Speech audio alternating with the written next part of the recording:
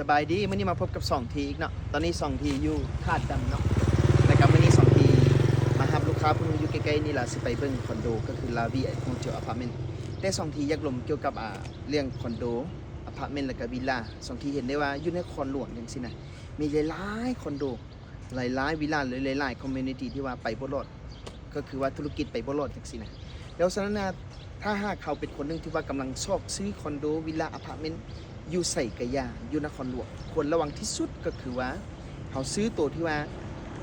เขาซื้ออยู่ซื้อปล่อยเช่าหรือว่าซื้อไว้ขายเนาะอนาคตเขาอยากปล่อยเช่าบ่อยากขายออกแต่ขายบ่ได้ย้อนเขาซื้อตัวที่ว่าราคาแพงเกินอันที่1อันที่2เขาซื้อตัวโปรเจกต์มันบ่ดี